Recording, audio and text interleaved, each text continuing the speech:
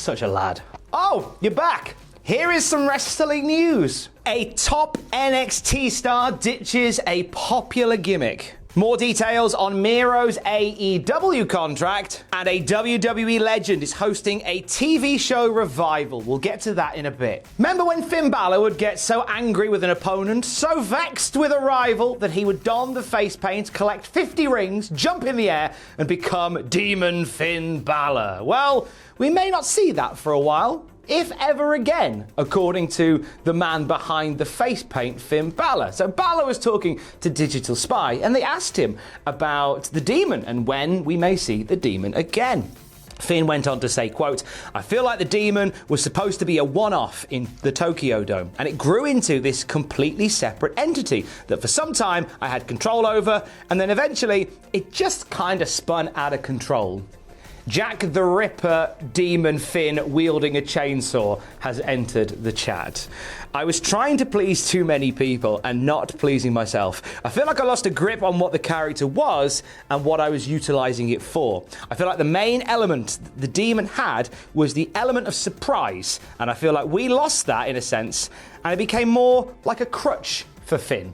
So, in amongst that, not only is there the talk of the Demon becoming a crutch, talk of how the character kind of went out of control and got out of his hands, but also the use of the past tense, which suggests to me that Finn Balor has very much parked the Demon character, possibly permanently. I kind of get it for now. Like, the character that Finn Balor is in NXT, this sort of veteran style guy that wrestles and uses terms like push and gonna get you over and all of that, it doesn't fit that persona to then go, "Oh, you've out-wrestled me, I'm just gonna go and pop me lippy on." It doesn't fit him right now. I'm not saying it never will again, certainly doesn't fit him right now. So this looks like it's the end of the Demon Finn Balor. Look in my eyes, what do you see?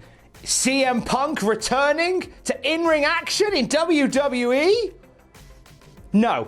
Miro has joined AEW. Very much the talk of the industry is the arrival of the artist formerly known as Rusev to All Elite Wrestling. Fightful Select has shed a little bit more light on Miro's current contract with All Elite Wrestling. So we know from Pro Wrestling Sheet, this is a contract that is over a year. Fightful have added to this, saying that the contract will be a long one. It's going to be quite a long deal that they've got together. Also, it allows Miro to go and work in New Japan. And it allows Miro to take some independent dates along with that as well. It stops him from working for other American promotions with television deals, such as New Japan USA. That's off the table completely, that one. And obviously, things like Impact Wrestling, that's a no-go as well. So anything like that. But doesn't stop him going to do some other indie stuff, and it doesn't stop him going to work for New Japan. So there is certainly some interesting options there. I like the idea of a motivated Miro mauling in Japan. There's some great matches to go down there. Although, I can't sit here and talk about how great the matches are going to be for Miro in New Japan, should that come about, when he's just arrived in AEW. And there's plenty of options for him in AEW. Either way, the sky very much the limit for Miro now he's a part of All Elite Wrestling. And when it comes to All Elite Wrestling, this coming Dynamite might be a tricky one to navigate. Not to do with the creative, but more to do with the scheduling. So the NBA playoffs are taking place right now. And as announced by AEW on Dynamite, if the Lakers and Rockets NBA playoff series ends in 6 games, brilliant. Dynamite will be on Wednesday as per. However, if it needs to go to a 7th, then they're going to move Dynamite to a Thursday night. AEW did plan to air like a 1-hour version of Dynamite following the playoff game, and that's already been taped. That's already in the can. So they're kind of planning ahead and around this schedule. So you'll know by Monday night, really, what the score is, whether or not we will see Dynamite on a Wednesday night or a Thursday night. And just a little tidbit whilst we're on AEW around Thunder Rosa, who is defending the NWA World Women's Championship this coming week against Ivelisse. Thunder Rosa certainly has turned a lot of heads in AEW. She's currently not under a contract with the company, and Brian Alvarez has said that Thunder Rosa is on a per-date deal with AEW. Now, there's no sign of her being signed just yet because she obviously has commitments to the National Wrestling Alliance, whatever shape that will take moving forward.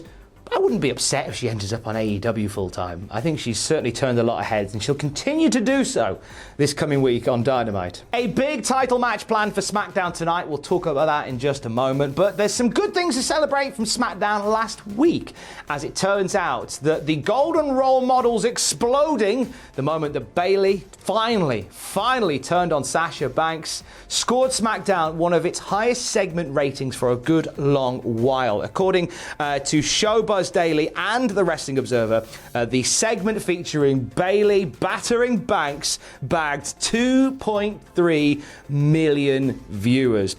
The highest viewed segment for any wrestling promotion in months. That's a great sign. And you know what? This echoes what I always say about wrestling and how important those long builds truly are.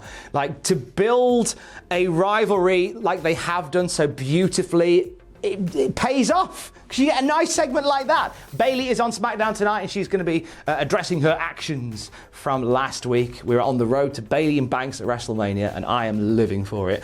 Also tonight on SmackDown, we are going to see AJ Styles challenge Jeff Hardy for the Intercontinental Championship. These two have had some good back and forths over the past few weeks. Jeff Hardy taking the title from AJ Styles. AJ looking to get it back. Whatever happens, this will be a really cool match between these two. So that goes down tonight on SmackDown. Sam Driver will be along tomorrow here on the Cultaholic YouTube channel to break everything down on SmackDown Graded. And finalamo for a Friday, a WWE legend is bringing back a TV series as John Cena is set to front the TBS revival of Wipeout, the aqua obstacle course that basically is, hey, imagine a real life Fall Guys. Ta-da! That's Wipeout. And John Cena is going to be part of bringing this back.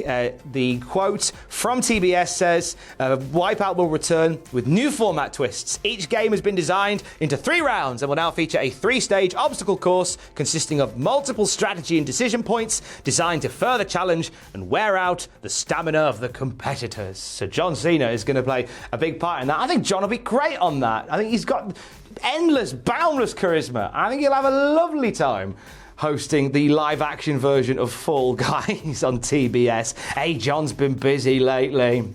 Fast 9 coming out next year. There's some news about Fast 9 today that I simply couldn't not talk to you about, as Fast 9, starring Vin Diesel and John Cena, is set to be the first Fast and Furious movie set in space. Fast and Furious in space. A while ago they said, nah, we'd never set it in space. Spoiler, they're set in Fast 9 in space. John Cena is going into space with a car. This just opens up the Fast universe to an unholy level. Like, where do you go from here? Like, Fast 10, Fast to the Past, where Vin Diesel goes to kill Henry VIII.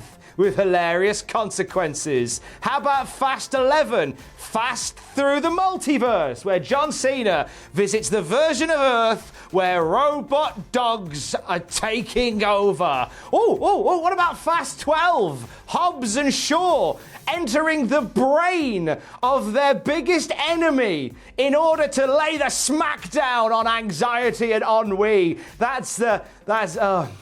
need to lie down. It's been a long week.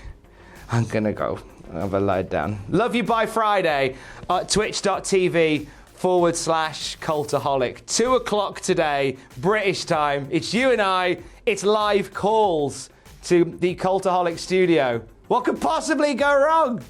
Come chat to me at 2 o'clock. See you in a bit. Need the toilet now. Drank too much juice.